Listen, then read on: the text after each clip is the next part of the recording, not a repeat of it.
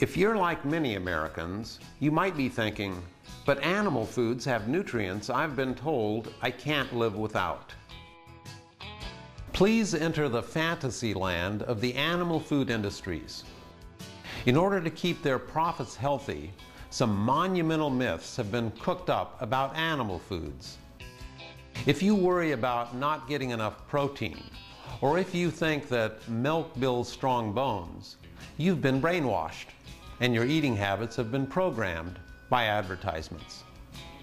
Both protein and calcium requirements are stupendously easy to meet.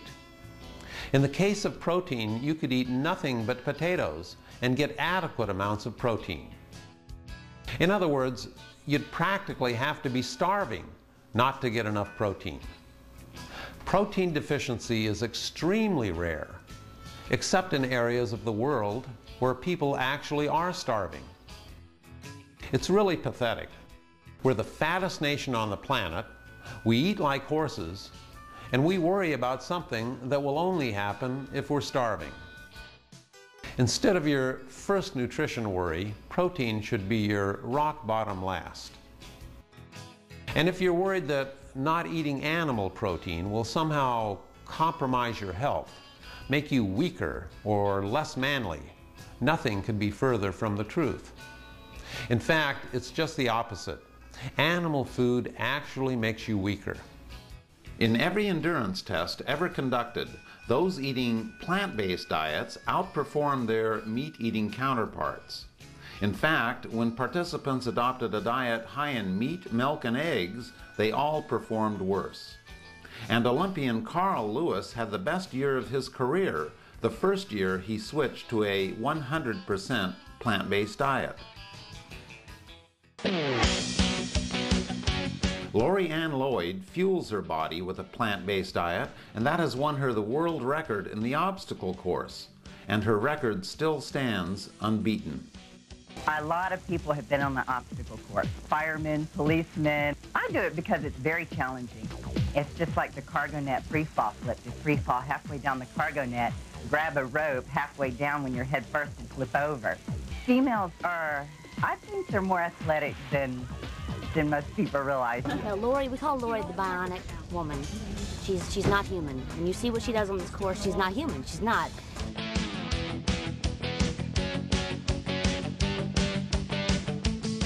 For centuries, men have held on to the false notion that eating meat, especially red meat, will make them stronger and more masculine.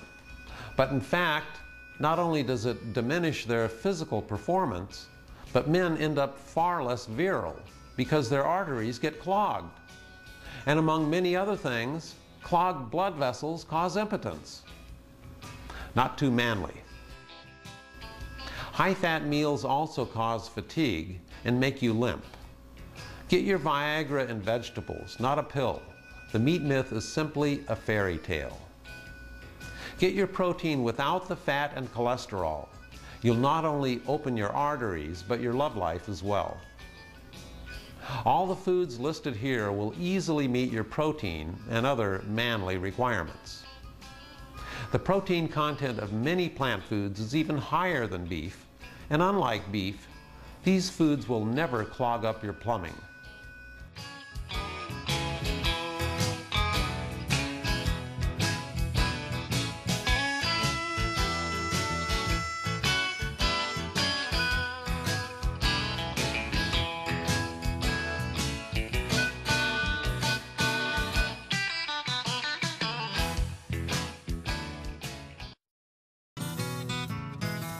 Sharing heart disease among family and friends is part of the American way of life, and to suggest you not share diseases with your loved ones is downright un-American.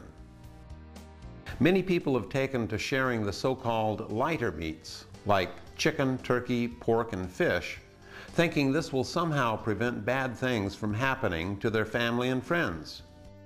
If your doctor told you eating lighter meats will lower your cholesterol, you're just playing with your food. What's the difference between white meat and red meat, in your opinion? It's a question of whether you want to be shot or hung. I mean, I think you have to remember that all muscle that we eat, whether it's muscle that flaps a wing, wiggles a fin, or paws with a hoof, all that muscle is made up of animal protein, cholesterol, and fat, all of which are really quite unhealthy. And whether it's white meat or whether it's red meat, it's equally unhealthy.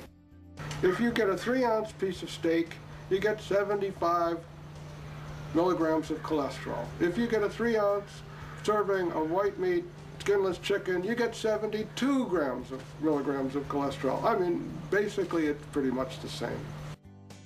Health authorities like to talk about reducing risks by eating lighter meat, but reducing the risk of a heart attack isn't preventing one. The only way you're going to prevent a heart attack is to get your cholesterol below 150. And eating lighter meats won't get you there. So what about that good fat in fish? Well, that good fat originally came from plants, the plants eaten by fish.